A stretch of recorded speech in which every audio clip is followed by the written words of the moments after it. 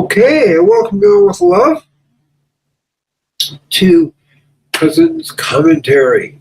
And today we're going to be talking a little bit politically, but with a spiritual understanding of political base.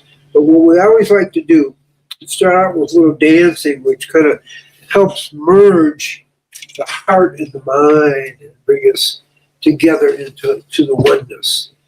So, here we go. And I'm inviting everyone to dance with me.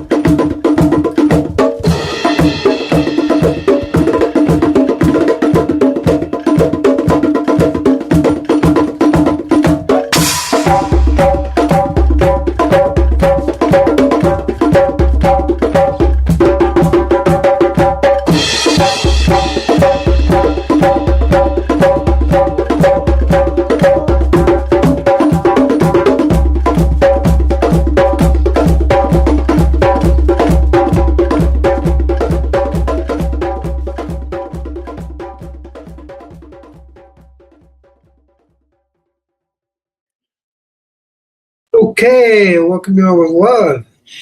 And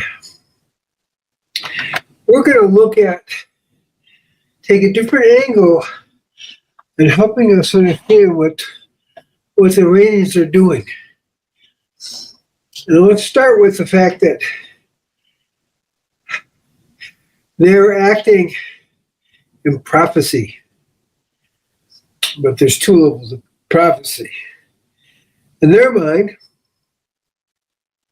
people may say, what are they doing attacking 12 different countries? Not just Israel, but 12 different countries and American bases here and there.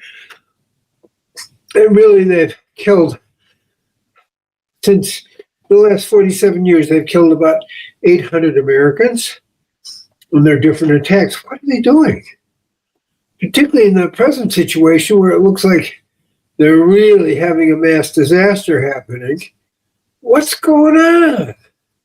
So,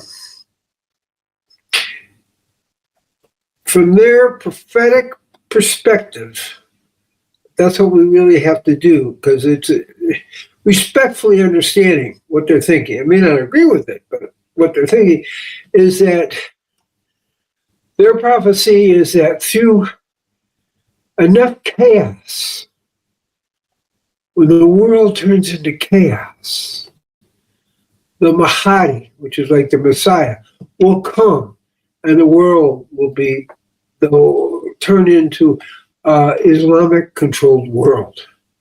Now, that's what they're thinking. That's the deeper thinking, because otherwise you can't explain why they keep fighting. It's just like a disaster at this point.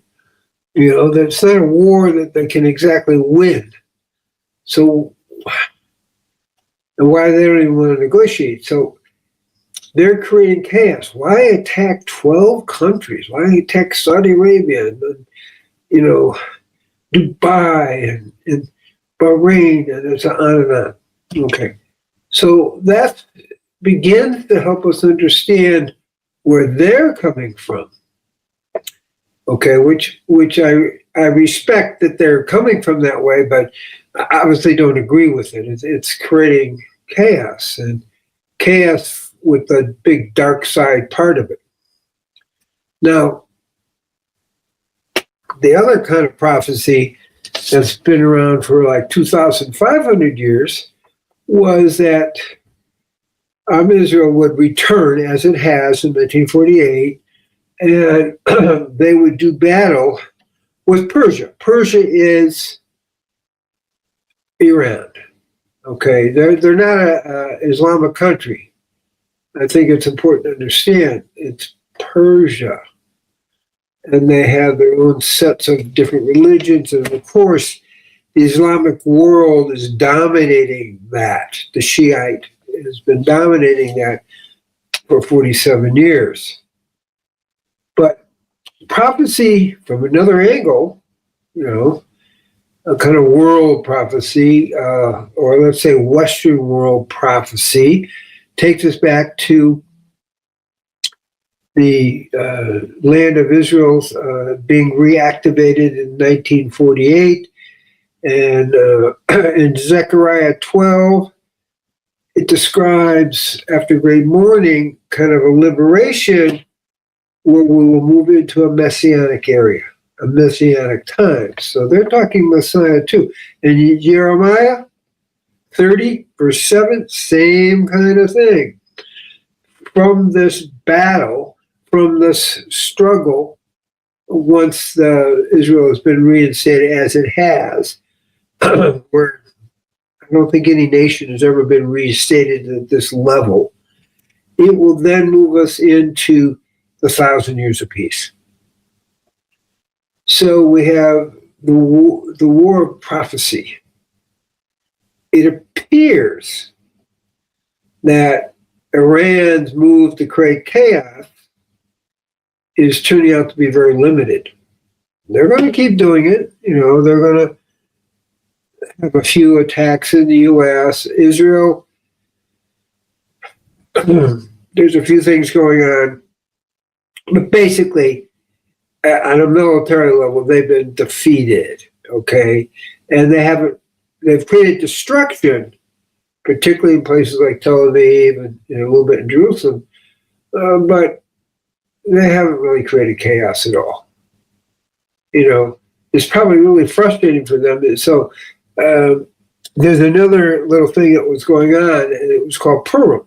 And Purim took place in Persia, where Haman was planning to kill all the Jews, but it got reversed around, and Haman's 10 sons were hanged as well as Haman on the gallows that he built for Esther and Mordecai. And it's like, oh, a big flip here. And so that's been this last week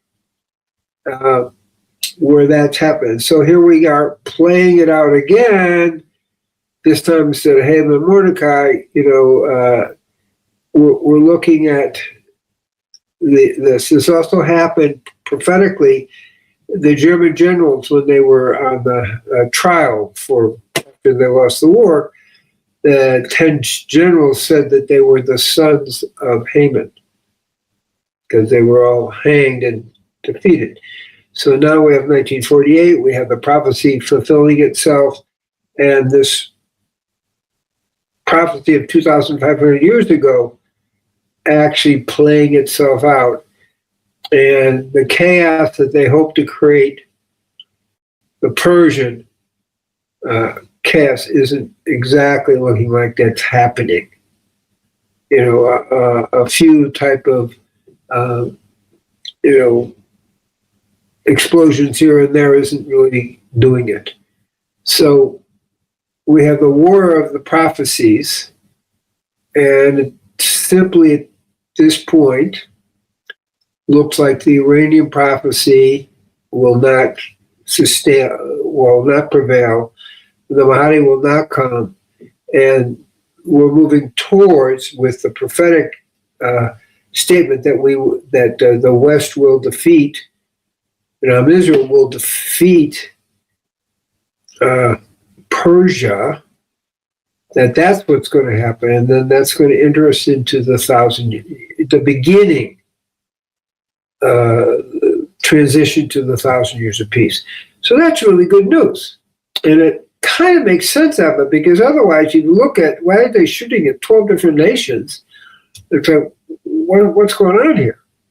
So I think that the reason I'm sharing is that out of respect, really, for the Iranian culture, that there are many wise people, many good people. The controlling group isn't really the essential Iranian understanding. Okay, so these are how do I put it? This is the good news. Now, the prophecy also talks about them as Gog, from the land of Magog, and everybody will eventually celebrate the defeat of Gog from the land of Magog, which is kind of what's happening. So I'm looking at that as a very positive thing, not just because it's a war between Iran and Israel, because it really is way bigger. And so what I'm trying to share is a kind of bigger understanding of what is actually we're in the midst of. And it's very special and prophetic times for really the whole world. So I share that understanding with you with the idea that this is potentially, because we're not there yet, we're, extremely good news and extremely exciting news if we look at the resurrection of the whole world and the bringing of the Messiah and messianic energies for the healing of the planet. So with that, I say peace be with you, and may we all participate in the healing of the planet with our positive thoughts, with our prayers, with our meditation, our prayers for peace, and with our meditations. Peace be with you. Shalom, shalom, shalom. Om Shanti, Shanti, Shanti. Oh, Mataki Lassen. Aho.